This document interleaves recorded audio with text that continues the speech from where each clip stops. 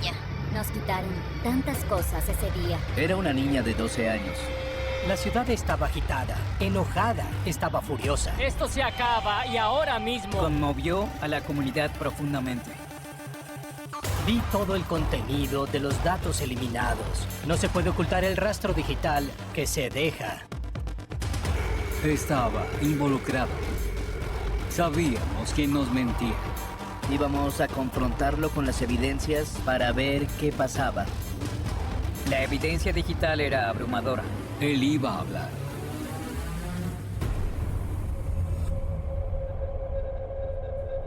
Hola, hola, soy Ainis. Les tengo algo muy especial. Miren esto. ¡Oh, por Dios! ¡Oh, wow!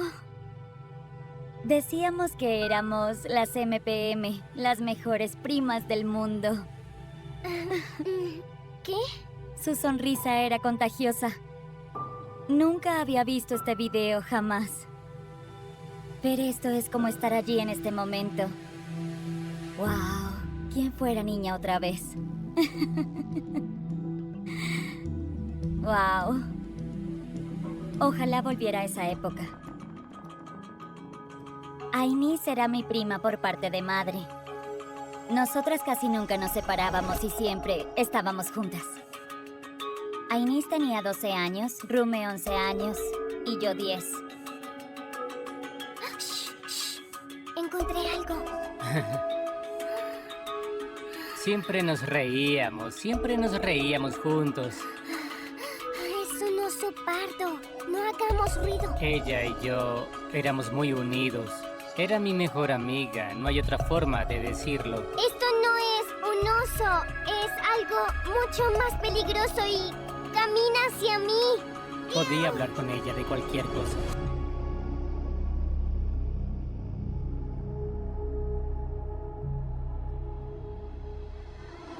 Ese día, Ainis y yo estábamos emocionadas, listas para ir a la fiesta. Esa fiesta fue en Hartford, era una graduación y también era una fiesta de cumpleaños improvisada. Los niños jugaban atrás y los padres y adultos estaban al frente. Dijo que tenía que salir para ver a su madre. Fui a la puerta y cuando estaba a punto de salir,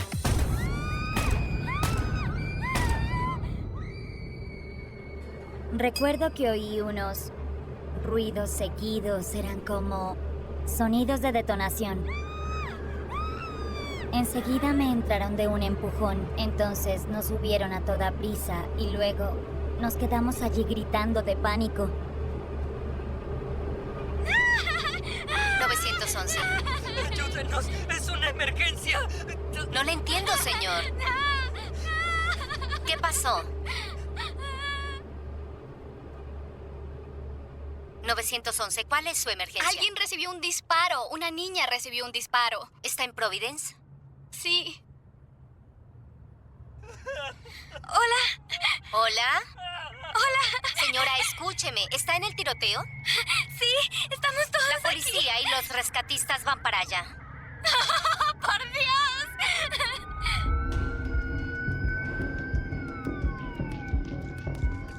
La policía y los rescatistas acudieron al 256 de la avenida Hartford. Había sillas tiradas, sangre en el suelo. Todo era un caos. La gente corría por todos lados. Todo el mundo gritaba. Los oficiales necesitaban averiguar qué pasaba. Era una escena confusa. Los oficiales vieron a varios heridos de bala.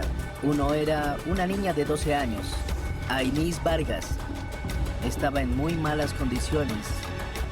Le costaba respirar. La trasladaron al hospital de Rhode Island, pero falleció por las heridas. Ahora era una investigación de homicidio. No lo podía creer. Es imposible. Eso resonaba en mi cabeza. Solo con esa expresión podía decirlo. No, es imposible. Fue impactante. No entendía por qué pasaba eso, por qué a nosotros, qué habíamos hecho mal. Estaba consternada. 3 mujeres también estaban heridas. Una tenía una herida en la cabeza, otra recibió un disparo en la mejilla y la tercera tenía un disparo en el abdomen. Los oficiales hallaron 4 casquillos calibre 22 en el lugar. Cuesta mucho imaginar quién querría herir a 3 mujeres y una niña. Es totalmente absurdo. ¿Por qué? ¿Por qué esa casa? ¿Por qué esa fiesta? ¿Por qué esa niña? Cuando llegué al lugar, habían llevado a las víctimas al hospital. La policía montó un perímetro en la escena del crimen. Había sangre en el suelo.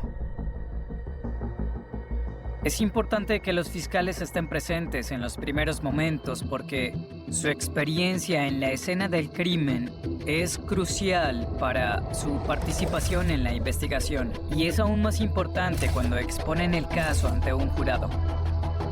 Todos los oficiales presentes, incluyéndome a mí, éramos padres, por lo que entendimos el impacto de que asesinaran a una niña inocente poco antes del Día del Padre.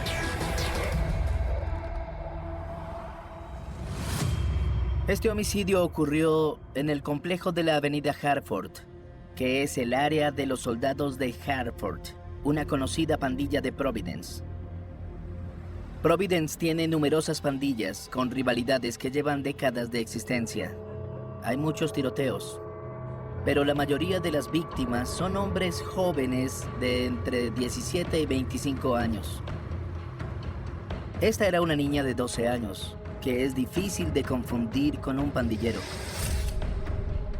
Los testigos con los que hablé describían a un individuo de unos 20 años, pantalones camuflados, con la cara cubierta y un gorro. No le vieron un arma de fuego en la mano hasta que la levantó y comenzó a disparar contra la gente.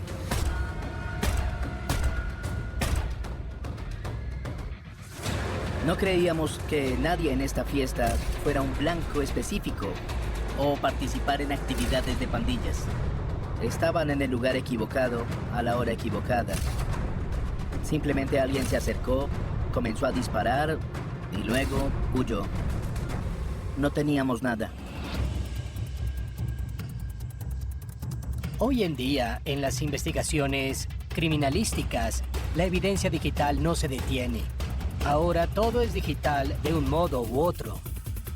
Comencé esta investigación buscando en las redes sociales: Facebook, Instagram, Snapchat, Twitter.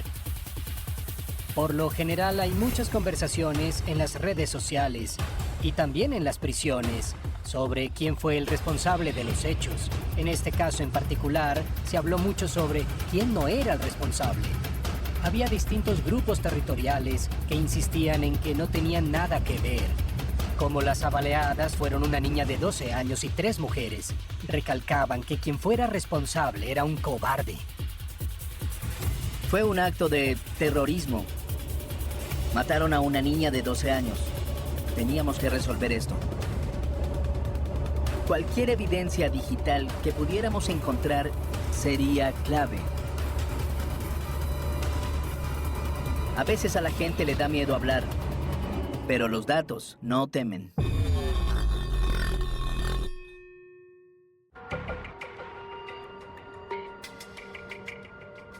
Sabíamos bien que el complejo habitacional de Hartford tenía muchas cámaras de vigilancia y necesitábamos acceso a ellas enseguida. Las cámaras de vigilancia nos dan una cronología. Así vemos si las personas involucradas en un delito estaban merodeando, si estaban vigilando. Observamos una minivan en los videos de vigilancia que pasó por el complejo Hartford. Iba muy despacio de modo sospechoso. Dieron muchas vueltas y eso no tenía sentido. Iban y venían, daban vueltas a la manzana, iban en círculo alrededor de la fiesta. Eso generaba preguntas. No pudimos identificar la matrícula, Pero la minivan era peculiar. Tenía una puerta de otro color en el lado del pasajero. Vimos al menos 3 personas dentro de la minivan. Por desgracia no pudimos identificar los rostros, pero eran 3 personas. A las 11:55 p.m., la vimos retroceder hacia un sitio para estacionarse cerca del lugar del tiroteo. Lo frustrante de todo era que el video se cortaba, porque era de cámaras principalmente activadas por movimiento. Detrás de eso, había un pasaje que daba directo a la avenida Hartford. Segundos después, aparece una persona y cruza la calle. A las 11:57 se ve que la minivan parte muy rápido. A las 11:58 comienzan a llegar las llamadas al 911. Los testigos dijeron que el agresor iba de chaqueta negra, pantalones camuflados y un gorro negro, lo que coincide con lo que muestran los videos de vigilancia. Lastimosamente, las cámaras no captaron el tiroteo como tal, ni el regreso de la persona. El video se reactiva cuando una luz del alumbrado se enciende justo allí y no muestra la minivan cuando arranca. Pero deducimos que cuando se encendió la cámara, la minivan ya estaba fuera de la toma. Nos dimos cuenta de que no iba a bastar con los videos de vigilancia, necesitábamos algo más. Publicamos una descripción del vehículo y esperamos que en ese momento la viera algún patrullero, lo detuviera e identificara al ocupante. También incluimos la descripción del agresor. Acudimos a los medios, les dijimos lo que teníamos. Queríamos transmitir un mensaje. Sentíamos que podíamos conmover a un testigo o incluso a quien hubiera oído un rumor para que nos ayudara.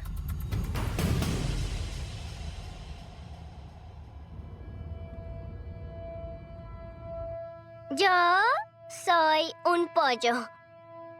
Busco con el pico. Papá, papá. Yo Mis padres son de soy un República pollo. Dominicana. Vinieron a buscar mejores trabajos, ese es el sueño americano. Ainis era como el pegamento que mantenía todo unido. Perder a mi hermana destrozó a mi familia. Sabía que un día iba a triunfar. Quería ser actriz o veterinaria. Decía, si no, trabajar en McDonald's. Simplemente quería trabajar. Lo que más le importaba era la familia. Decía que en cualquier situación siempre la tenía y quería estar con ella. No puedo hablar. Pero no importa, porque tengo una poción. Nos quitaron tantas cosas ese día y sin ninguna razón. No se justifica. Esas personas eran totalmente inocentes y había una niña de 12 años. Esperábamos una oportunidad. Policía de Providence, operador 9. Hola, mi nombre es Ricardo Vázquez. Nos enteramos de que a las 4 de la madrugada del día del tiroteo, el 911 recibió una llamada de un sujeto llamado Ricardo Vázquez, que denunció el robo de su minivan. Me desperté para ir a comprar algo de beber y vi que no estaba. La minivan de Ricardo era una Nissan Quest 2001. La puerta trasera del lado del pasajero era de otro color. Ricardo vuelve a llamar en la tarde. Mi nombre es Ricardo Vázquez. Denuncié el robo de mi minivan en la mañana. ¿Sí? Un amigo me llamó y me dijo que la vio. Y en este momento estoy en ella. Un oficial me dijo que llamara si la encontraba. Ah, ¿la encontró? Sí. Bien, ¿dónde está? Estoy en el 86 de la calle Julian. La calle Julian está a unos 3 kilómetros de donde vive Ricardo Vázquez. El detective Matera y yo fuimos y nos reunimos con Ricardo Vázquez. Al ver la minivan, supimos que era la misma que habíamos visto en el video. Que alguien denuncie que le robaron su auto es algo típico. En cuanto alguien comete un delito con un vehículo a su nombre, lo denuncia como robado. La minivan estaba cerrada y el encendido no estaba dañado. Sospechamos que nos mentía. Le pedimos que viniera a la estación a hacer una declaración. Y creo que llegó a la estación como a las 6 o las 7. ¿Puede decirnos qué hizo anoche a partir de las 6 de la tarde? Estuve con mi novia y mi hija anoche. Estábamos en casa. La última vez que vi la hora eran como las 9:45. Desperté a las 4 de la mañana. Me vestí, iba a comprar algo, vi que la minivan no estaba. Me quedé afuera para llamar a la policía. Le mostramos una foto de las cámaras de vigilancia de la avenida Hartford la noche del tiroteo e identificó la minivan de la foto como suya, pero afirmó que durmió de 10 a 4. Otros detectives y yo recorrimos la calle Julián en busca de videos de vigilancia. Queríamos determinar quién podía estar usando el vehículo. Encontramos un video de vigilancia de la minivan robada. Vimos que la abandonaron, pero no podíamos decir quién era el conductor o alguno de los ocupantes. Pareció que el conductor del vehículo se bajó del lado izquierdo y se pasó de inmediato a otro auto. Era difícil determinar qué vehículo era y no pudimos identificar a nadie que saliera de él. A estas alturas sabíamos que pasaba algo raro con Ricardo Vázquez. Sabíamos que tenía antecedentes menores, un pequeño arresto, pero no sabíamos que estuviera relacionado con alguna pandilla. Le preguntamos por su celular y dijo, es mío. ¿Lo tuvo toda la noche? Sí, lo tuve todo el tiempo. ¿Se lo prestó a alguien? No. Tuve el teléfono conmigo toda la noche. Justo antes de que se fuera, Ricardo nos permitió revisar su teléfono. A menudo las personas que entregan su celular piensan que eliminaron toda la evidencia de él, pero dejan una huella digital todo el día, todos los días. Nos llegaban datos del celular y podían contener las pistas que resolvieran el caso. Cuando realizo una revisión de un dispositivo móvil, una de las primeras cosas que hago es asegurarme de que no tenga conexión a redes externas o internet. Luego me aseguro de que el dispositivo esté operativo. Y después conecto el teléfono al dispositivo universal de extracción forense o UFED por su sigla en inglés. Un teléfono tiene muchas cosas. Hay muchas imágenes y videos. Mensajes de texto SMS. El dispositivo de Vázquez también tenía redes sociales. Ricardo Vázquez dijo que estuvo dormido entre las 10 de la noche y las 4 de la madrugada. Yo veía actividad de salida y entrada entre las 10 y las 4 de la mañana. Era una historia totalmente diferente. Además, se comunicaba con otras personas. Tranquilo decía que no podía verse con ellas por no tener su vehículo. No decía, no puedo ir porque me robaron el auto, sino no puedo porque no tengo auto. Eso nos llamó la atención. Además, cuando alguien elimina sus datos, se almacenan de modo temporal en lo que llamamos papelera de reciclaje. Sin lugar a duda, vi que había datos eliminados y parte de conversaciones con su novia.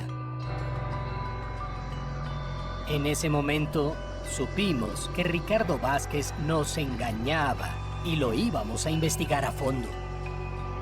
No pude obtener la conversación completa. Por eso presenté una orden de registro a Metro PCS, la proveedora de telefonía de Vázquez. Uno puede mentir, pero no ocultar el rastro digital que deja atrás de sí.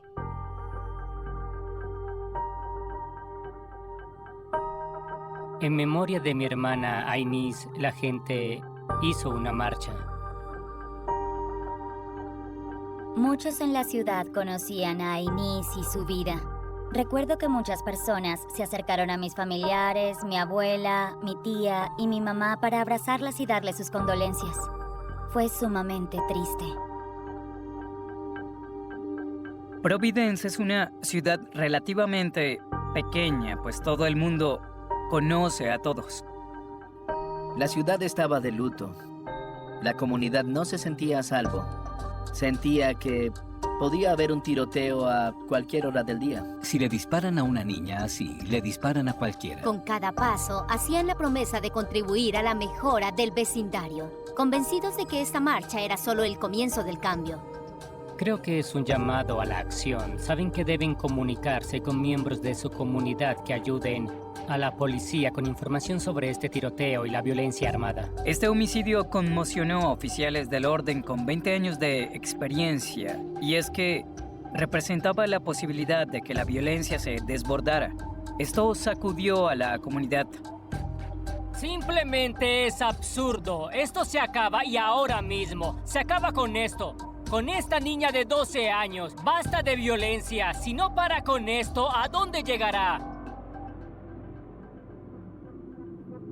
La ciudad estaba agitada, enojada, estaba furiosa. Íbamos a descubrir quién lo había hecho de un modo u otro. Íbamos a hacer lo que hiciera falta. El 3 de julio de 2013, como a las 5 de la tarde, recibí un correo electrónico de Metro PCS con los registros del teléfono de Ricardo Vázquez. Lo primero que quería ver eran los datos de ubicación, es decir, a qué estación celular se conectó el dispositivo. Vienen en una hoja de cálculo. Casi todo es números y letras. Pongo esos números y letras en un software del FBI para registros telefónicos. Y aparece el entorno geoespacial, donde se observa la ubicación de las torres y se ven los puntos. Ricardo Vázquez declaró que estuvo en su casa de las 10 de la noche a las 4 de la mañana.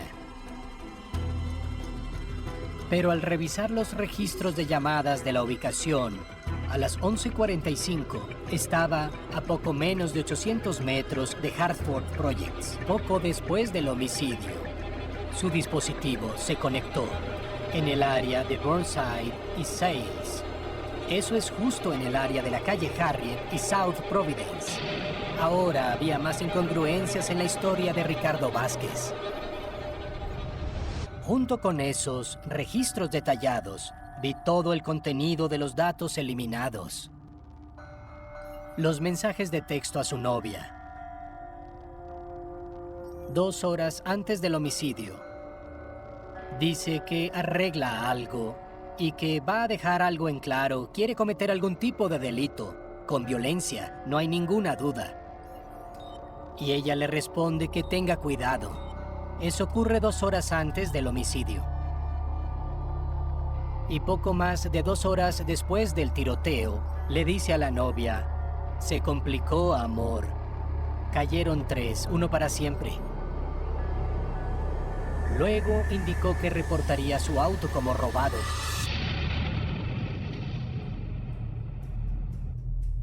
Sabemos que Ricardo Vázquez estuvo involucrado. Sabemos que nos miente. Creemos que era el conductor, pues la minivan era suya.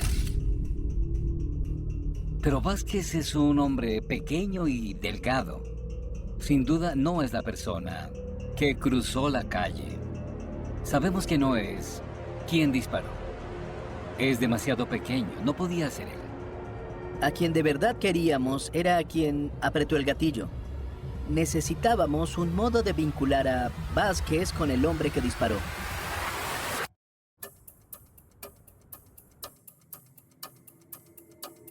Mientras revisaba el registro del celular de Ricardo Vázquez, también vi que a las 10:24 p.m.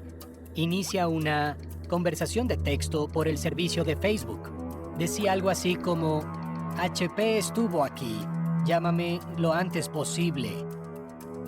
Eso fue hora y media antes del tiroteo, pero también es importante porque HP también significaba Hartford Projects o Hartford Park, la pandilla rival de la calle Harriet.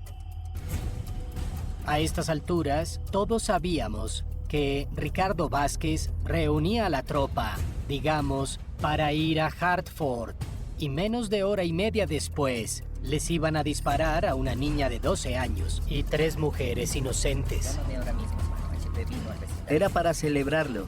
Ricardo conocía de primera mano lo sucedido. Sabíamos que lo sabía. También obtuve el registro histórico de llamadas, que incluyen las llamadas perdidas entrantes y salientes.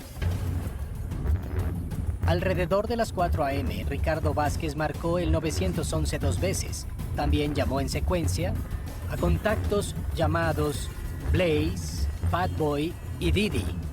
Sabemos que todos están vinculados a la pandilla de la calle Harriet. En ese momento, sabiendo que Ricardo estaba involucrado, sin lugar a duda, pensamos que esas 3 personas también lo estaban de una manera u otra. Ahora queríamos ampliar nuestra base de datos para identificar a todos los involucrados. Revisamos las redes sociales. Buscábamos algún error que hubiera cometido alguien que nos dijera quién era el perpetrador y cómo habían participado las otras partes. Queríamos ver qué tipo de ropa llevaban. Queríamos ver qué vehículos usaban. Queríamos fotos con armas. Buscábamos de todo. Encontré muchas imágenes de la pandilla de la calle Harriet. Luis González, alias Fatboy, era un hombre grande y corpulento. No coincidía con la descripción del perpetrador. Luego, vi a su hermano menor, Luis González, alias Didi, con un gorro negro distintivo, como un gorro de pescador. Ese gorro era del mismo tipo que llevaba el perpetrador cuando salió de la minivan y cometió el crimen. Pero Luis González, alias Didi, es un hombre muy delgado. Era alto, pero no tanto, y no tiene la contextura del hombre que cruzó la calle. Brandon Castro, alias Blaze, era un reconocido miembro de la pandilla de la calle Harriet. Era un joven violento. Se dedicaba al negocio de las drogas. Brandon Castro sí tenía mucha similitud con el perpetrador. Castro era un reconocido miembro de la pandilla de la calle Harriet. Se sabía que era un sicario de la pandilla. Eso significaba que era capaz de cometer actos de violencia.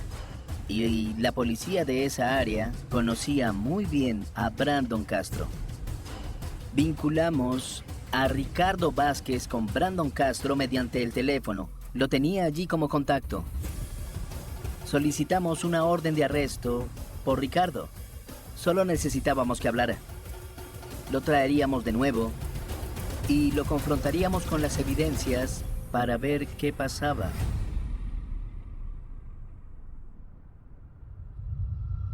Soy el detective William Matera. La fecha de hoy es 16 de julio de 2013.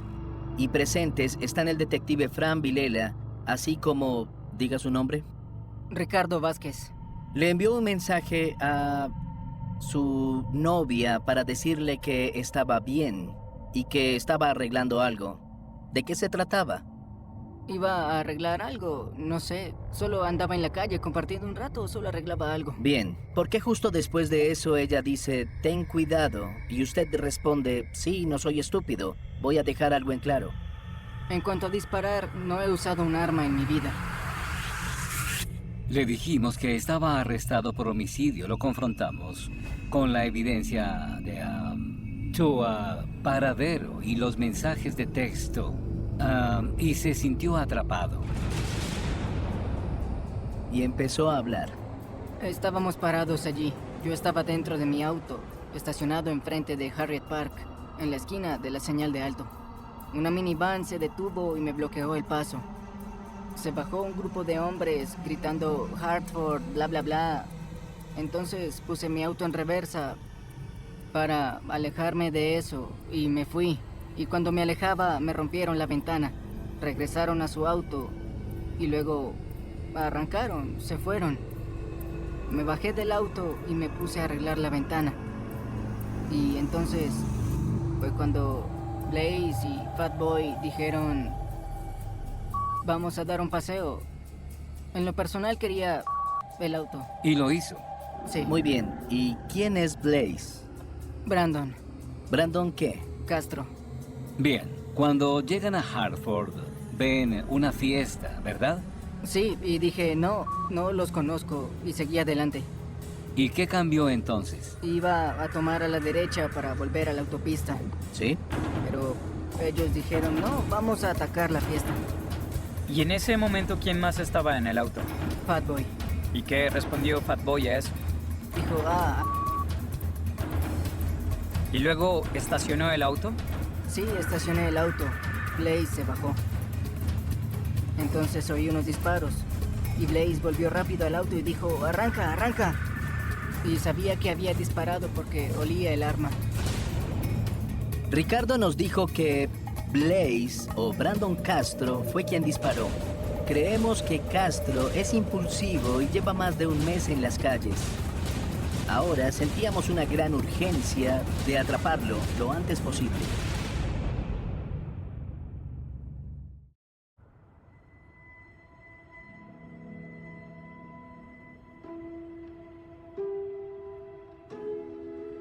Verla allí acostada en su ataúd, pues me hizo asumir de verdad la muerte de mi hermana. El dolor de verla allí como dormida fue... El corazón se me hizo pedazos. Cuando llegué allí y vi su rostro, me di la vuelta enseguida y ya no soporté mirarla. Y no pude tocarla porque estaba asustada. Solo me di la vuelta y luego me fui con mi papá. Su escuela decidió plantar un árbol y poner una placa con su nombre. Y creo que fue un gesto hermoso, de verdad. Fue como iniciar otra vida para que creciera de otro modo. Te queremos. Nos dejó un montón de buenos recuerdos. Tenía un alma bondadosa y una personalidad afectuosa. Eso es algo que no olvidaré jamás.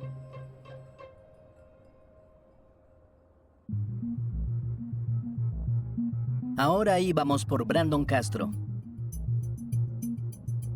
Pedimos una orden de arresto, pero le dijimos al grupo de trabajo contra pandillas, si lo ven en público, arréstenlo. Eso fue justo lo que pasó. Los oficiales encontraron a Brandon Castro, lo pusieron bajo custodia y lo llevaron a la estación. Tener tanta evidencia forense fue muy importante para que interrogaran a Brandon Castro. Me di cuenta de que iba a hablar. Le dije al capitán, este chico, sin duda nos dará una confesión, dije. Sé que le puedo sacar una confesión. Si no logro que confiese, tome mi placa. Me la quité y la puse en el escritorio del capitán. Trabajamos con el tema de que mató a una niña. ¿Qué pasó en la calle Harriet? Bebimos toda la noche. No sé a quién se le ocurrió la idea, pero creo que todos llegamos a la conclusión de que debíamos darnos una vuelta por Hartford. Alguien en el auto dijo, ve por ahí y te encontrarás con un agente. Entonces me bajé con la pistola y demás. En cuanto crucé y llegué a la acera, ¿sabe dónde están las cercas? Sí. En cuanto llegué al árbol, comencé a disparar.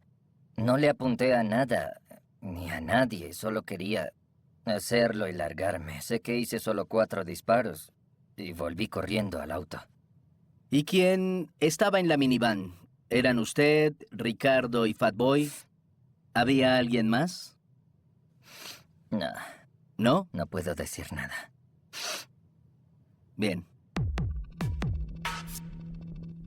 Se acusó a Brandon de homicidio, pero era importante averiguar exactamente qué papel tuvo cada persona en la minivan.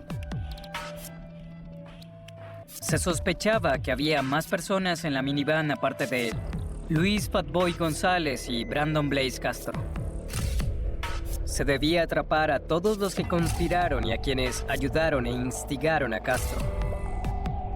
¿Quién más propició el homicidio de Ainís Vargas? Queríamos identificar a todos los ocupantes del vehículo y cuál fue el papel que tuvieron. ¿Quién suministró el arma o planeó dejar el auto en otra parte de la ciudad para denunciarlo como robado? Cualquier participación. Ricardo Vázquez podía recibir una pena de muchas cadenas perpetuas consecutivas.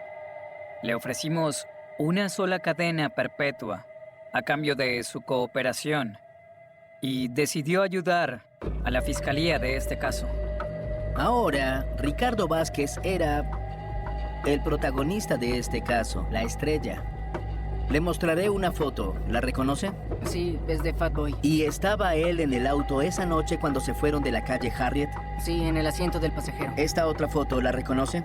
Sí, ese es Didi. ¿Iba en el auto cuando salieron de la calle Harriet? Sí, atrás, en el lado derecho.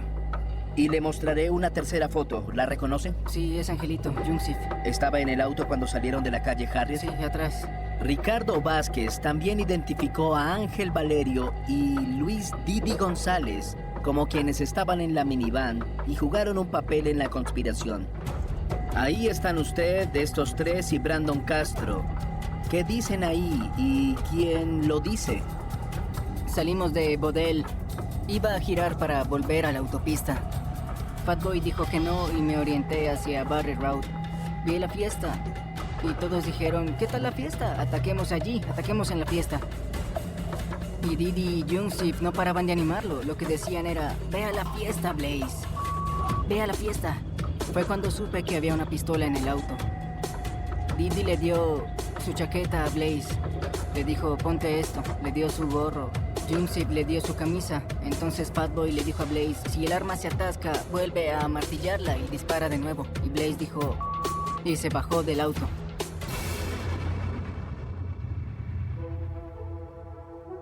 Ahora teníamos que armar el rompecabezas para llevar esto ante la justicia. La evidencia digital fue muy importante en la investigación del caso. La prontitud con la que se pudo comenzar a interrogar a los testigos se puede atribuir directamente a la evidencia digital reunida. Permitió determinar con exactitud qué hizo Brandon Castro, con quién habló, qué llevaba puesto y por dónde pasó. Ricardo Vázquez se encontró con la pandilla de Hartford en el lado sur, cerca de la calle Harriet. Estaba enojado porque le rompieron la ventana de su minivan. Le escribió a su novia que iban a arreglar algo rápido. Cuidado, amor. Los ocupantes del vehículo eran Ricardo Vázquez, de copiloto iba Luis González, Brandon Castro iba en el asiento del medio. En el asiento trasero iban Luis González, Didi y su mejor amigo Ángel Valerio. Pudimos rastrear la ubicación de Ricardo con los datos de su teléfono. Unos 10 minutos antes del tiroteo, estaba en las afueras de Hartford. El video de vigilancia mostró una minivan que iba por el complejo de la avenida Hartford muy lentamente. Buscaban a pandilleros y no encontraron a ninguno.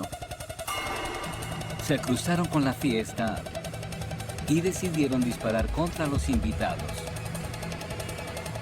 Luis Fatboy González le habló a Brandon Castro del arma y que podía atascarse. Luis Didi González le dio una chaqueta oscura y un gorro a Brandon Castro. Y Ángel Jungsif Valerio le dio una camiseta para que Castro se tapara la cara. Brandon Castro, alias Blaze, salió del vehículo que estaba en el estacionamiento y cruzó la calle. ¡Pum! De la nada. Llega el chico y dispara por los arbustos. Al principio ni siquiera vieron de dónde venían. Los disparos mataron a Ainis e hirieron a 3 personas.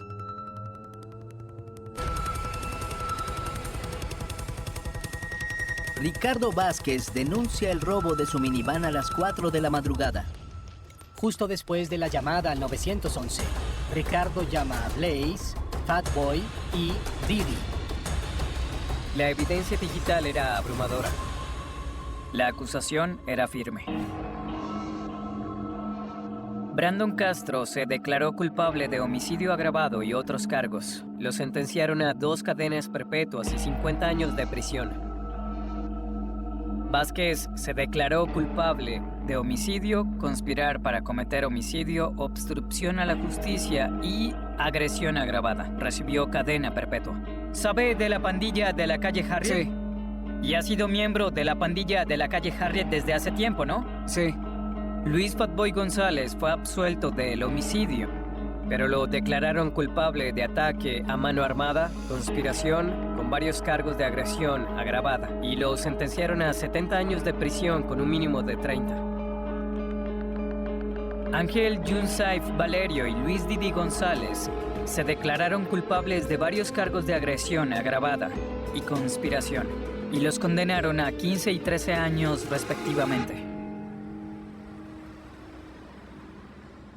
Yo soy un pollo. Nunca olvidaré este caso. No lo olvidará nadie que haya participado en la investigación y el juicio del caso. Y cuando me reuní con mi familia el Día del Padre para celebrar, solo podía pensar en Ainis Vargas y su padre.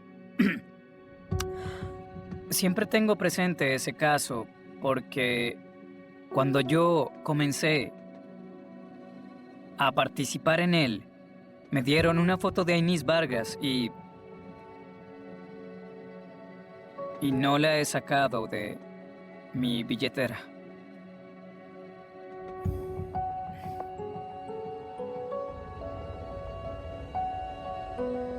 Mi hija menor tenía 12 años cuando mataron a Ainis. Nos alegró haber demostrado el crimen por la familia Vargas, pero también sabíamos que tendrá que vivir con eso el resto de su vida. Estoy grabando y me peiné. Quiero verme la parte de atrás de la cabeza. A veces no recuerdas la cara de una persona, pero siempre recuerdas cómo te hizo sentir, y el modo en que me hacía sentir mi hermana lo atesoraré por siempre. Me hacía reír, me hacía sentir protegida. Hacía que los demás se sintieran amados y siempre transmitía mucha paz. Extraño su sonrisa, también su energía y sus abrazos. Siento que era una luz en este mundo. Era una estrella.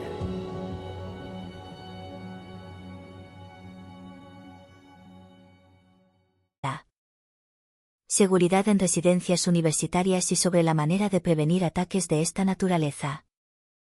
Se discutió la necesidad de protocolos de emergencia, sistemas de alerta temprana y estrategias de prevención que pudieran identificar comportamientos potencialmente peligrosos antes de que se materializaran en violencia.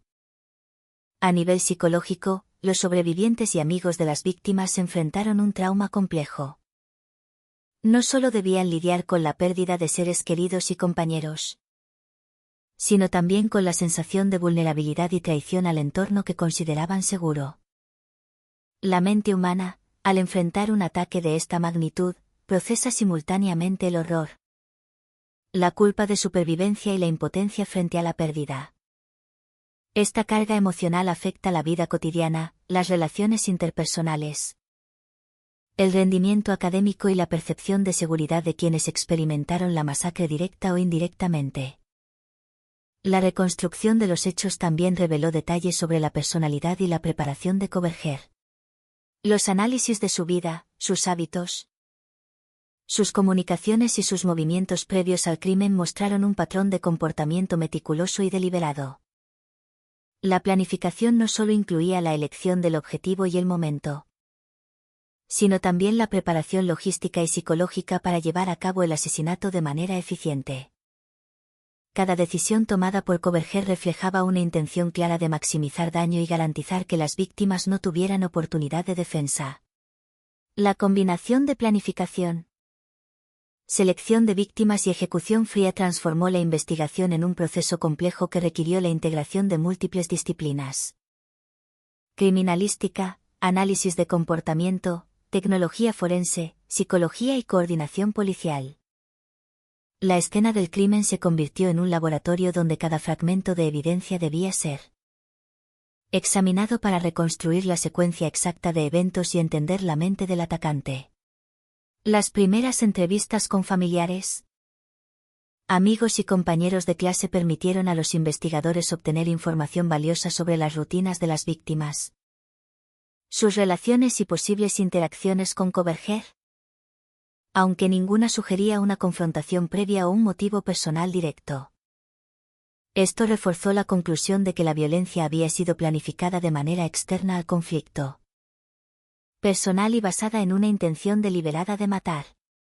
A medida que se avanzaba en la investigación, se determinó que la ejecución del ataque y la elección de la vivienda habían sido cuidadosamente seleccionadas para asegurar la vulnerabilidad de las víctimas. La ubicación fuera del campus, la disposición de las habitaciones, el momento del día y la presencia de objetos cotidianos permitieron a Coverger moverse con rapidez y eficacia, asegurando que su plan se llevara a cabo sin interrupciones. Este nivel de meticulosidad sorprendió incluso a investigadores experimentados, quienes reconocieron la precisión y el cálculo detrás de cada acción del acusado. La violencia no se limitó a un instante. Se desplegó como una secuencia ordenada de eventos destinados a cumplir un objetivo específico. Cada disparo, cada movimiento dentro de la casa y cada acción del atacante reflejaban una intención calculada. Una racionalidad interna que transformó un espacio seguro en un escenario de muerte. Mientras la investigación continuaba, la comunidad se enfrentaba al desafío de procesar la pérdida y la vulnerabilidad. La Universidad de Idaho implementó medidas de apoyo psicológico, organizó encuentros de contención emocional y reforzó la seguridad en residencias y áreas comunes. Los estudiantes y la población local comenzaron a reconsiderar sus hábitos cotidianos. La percepción de seguridad y la necesidad de estar atentos a señales de alerta que antes podrían haber pasado desapercibidas.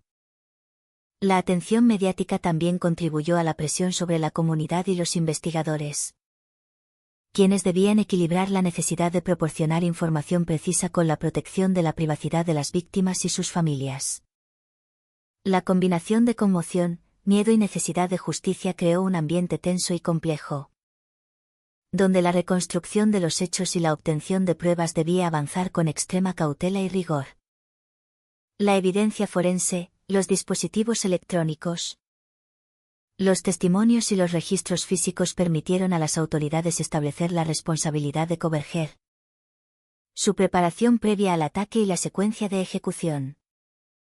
Este trabajo meticuloso fue fundamental para garantizar que el caso pudiera sostenerse ante un tribunal, demostrando no solo el acto homicida, sino también la premeditación, la intención y la deliberación que caracterizaron la masacre. La gravedad del crimen, la juventud de las víctimas y la planificación del atacante transformaron la masacre en un caso paradigmático dentro de la criminología y la seguridad universitaria. Cada paso de la investigación reveló aspectos del comportamiento humano extremo, la vulnerabilidad de espacios cotidianos y la necesidad de protocolos de prevención y respuesta ante situaciones de violencia masiva. La combinación de análisis forense, reconstrucción de la escena, estudios de comportamiento y coordinación interinstitucional permitió a los investigadores crear un panorama completo de los eventos, preparando el camino para el proceso judicial que culminaría con la sentencia de Coverger a 4 cadenas perpetuas consecutivas sin posibilidad de libertad condicional. Un veredicto que buscó no solo justicia para las víctimas, sino también establecer un precedente sobre la responsabilidad y las consecuencias de actos de violencia premeditada en entornos universitarios y comunitarios. Cada descubrimiento en la investigación reflejaba la interacción entre la evidencia física y la comprensión psicológica del atacante. Entre la escena del crimen y la vida cotidiana que había sido interrumpida de manera abrupta. Entre el dolor de las familias y la necesidad de garantizar que se hiciera justicia. La parte 3 de esta historia nos sumerge en la reconstrucción del incidente desde la perspectiva de las víctimas, sus vidas truncadas. La planificación deliberada del atacante y el impacto profundo que tuvo sobre toda la comunidad universitaria. Estableciendo las bases para entender no solo el crimen en sí, sino también sus consecuencias sociales, emocionales y legales, que se extenderían mucho más allá de la vivienda donde ocurrieron los asesinatos. Cuando la noticia del asesinato de los 4 estudiantes se filtró a la prensa, Moscow y la comunidad universitaria experimentaron una sacudida colectiva que alteró profundamente la percepción de seguridad y normalidad en la ciudad. Lo que hasta aquel momento había sido un entorno de rutina, las calles tranquilas, los cafés llenos de estudiantes, los senderos del campus donde se cruzaban risas y conversaciones, se transformó en un paisaje de alarma, incertidumbre y temor palpable. Cada puerta cerrada, cada ventana observada desde lejos, cada automóvil detenido frente a la residencia universitaria parecía cobrar un significado distinto. Advertencia, vigilancia o simple azar, pero siempre con la sombra de la violencia reciente. La banalidad del escenario original, una vivienda fuera del campus donde jóvenes estudiantes compartían sus días y sueños, contrastaba de manera brutal con la magnitud del crimen. Lo que hacía que la sensación de traición y vulnerabilidad se extendiera más allá de la vivienda y permease toda la ciudad. Mientras los cuerpos eran retirados y la escena del crimen asegurada, las autoridades enfrentaban la complejidad de un caso que iba mucho más allá de un homicidio aislado, se trataba de un crimen planificado, ejecutado con meticulosidad y con un nivel de violencia y precisión que no dejaba margen a la improvisación. Cada paso de Brian converger dentro de la vivienda. Desde la entrada hasta la selección de las víctimas y el movimiento entre las habitaciones, reflejaba un cálculo deliberado. Un entendimiento claro de la disposición del espacio y de la vulnerabilidad de quienes allí residían. La planificación incluía no solo el momento y la forma del ataque, sino la estrategia para minimizar la resistencia de las víctimas y garantizar la máxima letalidad en minutos. Los investigadores, al reconstruir la escena, debían analizar cada objeto, cada mancha, cada casquillo y cada rastro de movimiento para comprender la secuencia exacta de los disparos y los desplazamientos del atacante. Cada libro abierto, cada teléfono en una mesa, cada silla caída, se convirtió en un indicio de la rutina interrumpida y de los últimos instantes de vida de los estudiantes. La tarea de documentar la escena exigía un equilibrio extremo, preservar la evidencia para el proceso judicial, a la vez que se mantenía el respeto por las víctimas y sus familias. Cada acción de los técnicos forenses estaba impregnada de un reconocimiento silencioso de la humanidad que había sido arrebatada, de la normalidad que había sido violentamente interrumpida. Paralelamente, la ciudad y la universidad enfrentaban la necesidad de contener el miedo y ofrecer apoyo emocional a estudiantes, familiares y residentes. La administración universitaria implementó medidas inmediatas, suspendió temporalmente las clases, reforzó la seguridad en residencias estudiantiles, organizó grupos de contención psicológica y estableció canales de comunicación para informar a la comunidad sin propagar rumores que pudieran aumentar la tensión. Las vigilias improvisadas en el campus y en la ciudad permitieron que amigos, compañeros y familiares expresaran su duelo, su incredulidad y su angustia, pero también reflejaron la fragilidad de la percepción de seguridad en un entorno que hasta hacía horas se consideraba confiable. El impacto psicológico fue profundo y duradero. Los estudiantes sobrevivientes experimentaron un trauma complejo que combinaba miedo, culpa de supervivencia, ansiedad y la sensación de vulnerabilidad constante. Cada espacio cotidiano, cada pasillo, cada puerta y cada habitación adquirió un peso simbólico nuevo. recordando la facilidad con la que la violencia podía irrumpir en la rutina más familiar. Las familias de las víctimas se enfrentaron a una devastación semejante, lidiando no solo con la pérdida inmediata de sus hijos, sino con la realidad de que habían sido arrebatados sin posibilidad de defensa, sin aviso y en un espacio que debería haber sido seguro. Los recuerdos de los estudiantes asesinados comenzaron a convertirse en narrativas compartidas que daban sentido a la tragedia, sus nombres, edades, carreras, planes y sueños truncados fueron difundidos con cuidado por las autoridades y los medios de comunicación, humanizando la magnitud del crimen y evitando que las víctimas se convirtieran en cifras abstractas dentro de la estadística de la violencia masiva. Mientras tanto, la investigación avanzaba en múltiples frentes. La reconstrucción del ataque dependía no solo de la evidencia física, sino también de la comprensión del comportamiento del atacante. La vida de Coverger, sus hábitos, su preparación, su elección del objetivo y la sincronización del ataque fueron examinados con detalle, buscando entender la lógica detrás de un acto tan devastador. La combinación de meticulosidad, conocimiento del entorno y ejecución precisa mostró que el crimen no fue un arrebato impulsivo, sino un acto deliberado con intención clara de asesinato. Cada decisión tomada por Coverger, desde la selección del momento, la vivienda, la disposición de las víctimas y la adquisición de armas, reflejaba un nivel de planificación que sorprendió incluso a los investigadores más experimentados. La secuencia de los disparos, la ubicación de los cuerpos y la disposición de la vivienda permitió reconstruir minuto a minuto el horror que se desarrolló en cuestión de instantes. Al mismo tiempo, la evidencia digital y tecnológica proporcionó pistas adicionales sobre la preparación previa del atacante.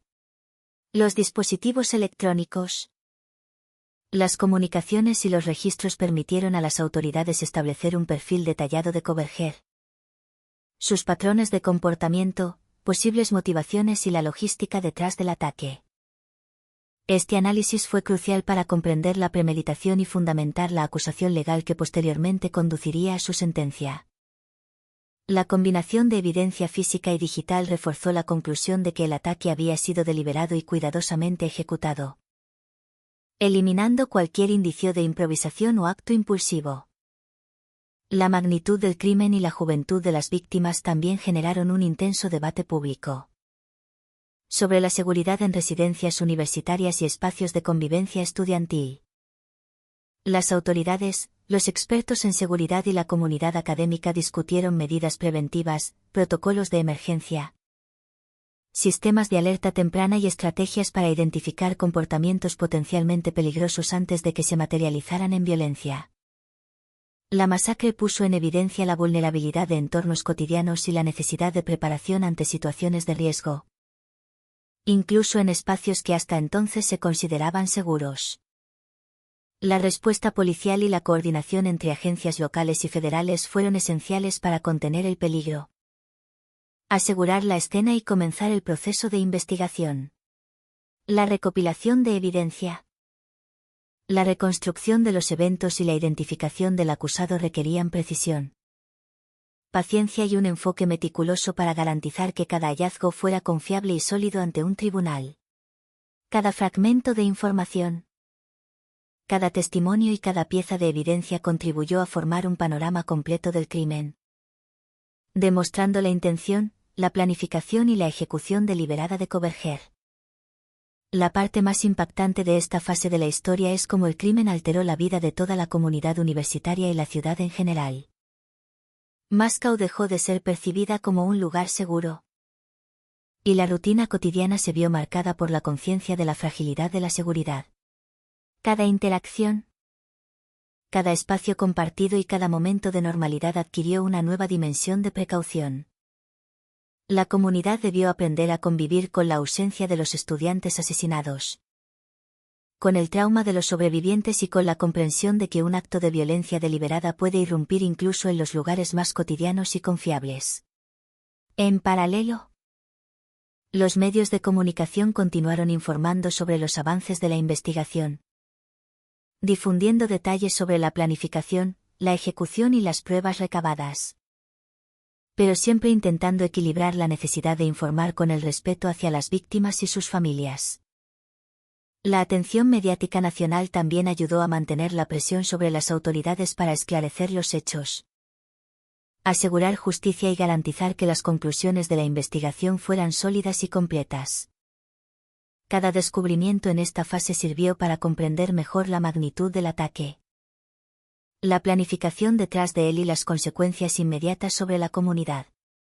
La evidencia física, digital y testimonial comenzó a converger en una narrativa coherente que permitía reconstruir los últimos momentos de los estudiantes y la dinámica de Converger durante el crimen. La meticulosidad del atacante, combinada con la vulnerabilidad de la vivienda, el conocimiento previo de las rutinas y la ausencia de defensas por parte de las víctimas, permitió que el acto se ejecutara con una eficiencia devastadora, dejando una marca imborrable en la comunidad.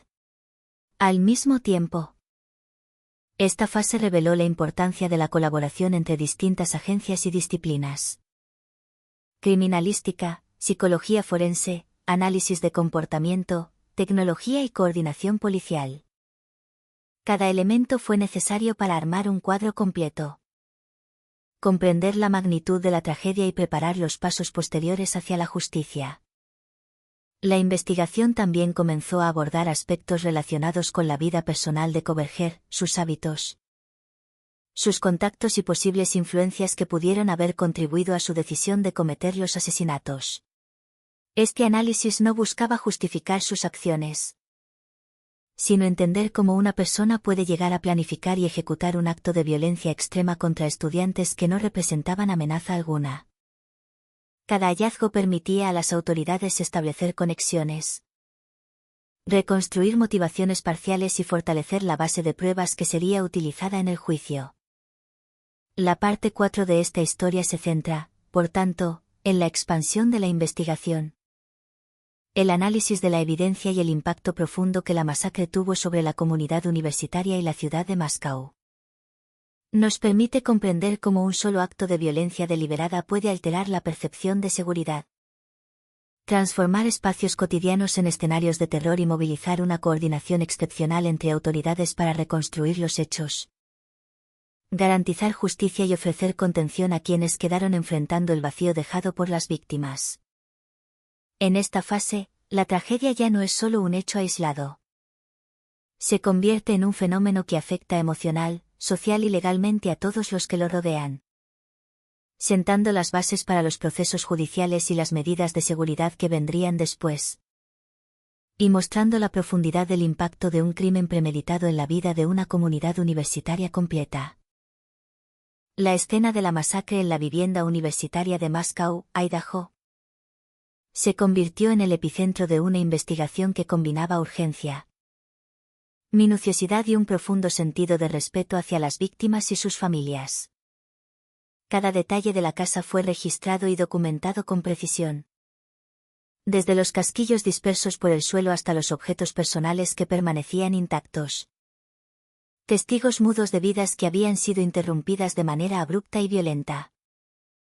Los investigadores forenses tuvieron que moverse con cuidado, conscientes de que cada paso podía alterar evidencia crítica que permitiría reconstruir la secuencia de los hechos, establecer la responsabilidad del acusado y, finalmente, garantizar justicia. Cada habitación de la vivienda revelaba fragmentos de la vida cotidiana de los estudiantes. Cuadernos abiertos, computadoras portátiles encendidas, ropa cuidadosamente doblada o abandonada en el piso, tazas con restos de café, objetos de estudio y recuerdos personales que ahora se encontraban mezclados con la evidencia de la violencia. La yuxtaposición entre lo cotidiano y lo atroz amplificaba la sensación de horror, mostrando cómo la rutina diaria puede convertirse en el escenario de una tragedia inesperada. La meticulosidad de Brian Converger se reflejaba en cada movimiento dentro de la vivienda. La disposición de las habitaciones, la selección de víctimas y el patrón de disparos demostraban que el ataque no había sido impulsivo ni improvisado, sino cuidadosamente planeado para maximizar el daño y minimizar la posibilidad de defensa. Los investigadores utilizaron esta evidencia para reconstruir el camino del atacante, determinando cómo había ingresado a la vivienda, cómo se había desplazado entre las habitaciones y cómo había ejecutado cada acción de manera deliberada. Cada casquillo, cada impacto de bala, cada objeto desplazado contribuyó a entender la secuencia precisa de los eventos, revelando una planificación que mostraba un conocimiento profundo del espacio y de los hábitos de los estudiantes. Mientras la investigación avanzaba, la atención se centró también en los dispositivos electrónicos encontrados en la vivienda. Los teléfonos, computadoras y otros aparatos se convirtieron en herramientas esenciales para reconstruir las comunicaciones, los movimientos y la preparación previa del atacante. El análisis de estos dispositivos permitió a las autoridades establecer un patrón de comportamiento, identificar posibles influencias externas y comprender mejor la motivación detrás de un acto de violencia tan extremo. La evidencia digital se combinó con los testimonios de amigos, compañeros y familiares para formar un cuadro completo de los eventos y del perfil del acusado. La coordinación entre agencias locales y federales fue crucial para manejar la complejidad del caso. La policía local, el FBI y otras entidades colaboraron estrechamente para asegurar la evidencia, entrevistar a testigos y analizar cada detalle de la planificación y ejecución del crimen.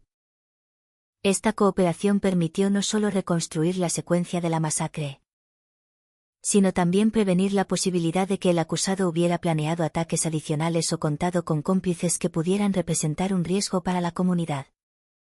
La magnitud del crimen y la juventud de las víctimas provocaron un impacto profundo en la comunidad universitaria y en la ciudad de Moscú. La percepción de seguridad se fracturó, y los estudiantes comenzaron a experimentar miedo y desconfianza incluso en los espacios que hasta entonces habían sido considerados seguros. La universidad implementó medidas de seguridad adicionales, reforzó los protocolos de emergencia y ofreció apoyo psicológico a los estudiantes y al personal, buscando contener la ansiedad y el trauma generados por la masacre. La respuesta de la comunidad también incluyó vigilias, encuentros de apoyo y espacios de diálogo, donde amigos y familiares de las víctimas podían expresar su dolor y compartir recuerdos de los estudiantes asesinados.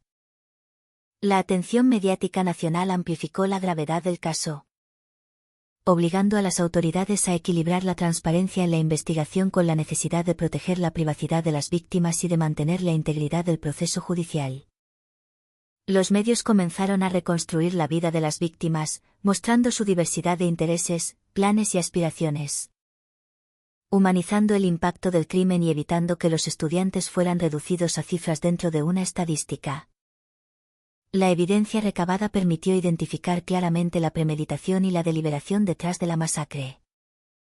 Cada acción de Coverger reflejaba un cálculo consciente, desde la elección del objetivo y del momento hasta la forma de ingresar y desplazarse por la vivienda. Esta planificación minuciosa subrayaba la gravedad del crimen y facilitaba la construcción de una acusación sólida que demostraría la intención de matar y la ausencia de cualquier factor impulsivo o fortuito. A medida que la investigación avanzaba, se analizaron los antecedentes y el comportamiento del acusado para entender cómo un estudiante con apariencia ordinaria podía planificar un acto de violencia tan extremo. Los expertos en criminalística y psicología forense evaluaron sus hábitos, su historial académico, sus interacciones sociales y sus posibles motivaciones, buscando patrones que explicaran la capacidad de planificar y ejecutar la masacre sin generar sospechas previas. Este análisis permitió a las autoridades comprender no solo la logística del ataque, sino también la mentalidad que lo sustentaba, proporcionando un marco esencial para la preparación del juicio. La fase de recopilación de evidencia también incluyó el estudio de la vivienda y del entorno inmediato. Se examinó cada entrada, cada ventana, cada pasillo y cada espacio que pudiera haber sido utilizado por el atacante o que pudiera ofrecer oportunidades de defensa o escape para las víctimas. Los investigadores evaluaron la disposición de la vivienda, la ubicación de los objetos y la dinámica de los estudiantes dentro del espacio para reconstruir con precisión cada minuto de la masacre. Esta labor detallada fue crucial para garantizar que la evidencia presentada en el juicio reflejara con exactitud los eventos y permitirá establecer la responsabilidad directa de Coverger. La reconstrucción del crimen también consideró la cronología exacta de los movimientos del atacante y de las víctimas, estableciendo la secuencia de acciones que llevaron a la muerte de los 4 estudiantes.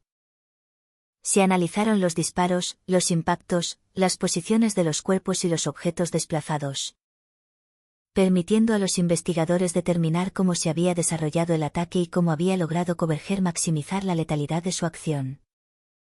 Cada hallazgo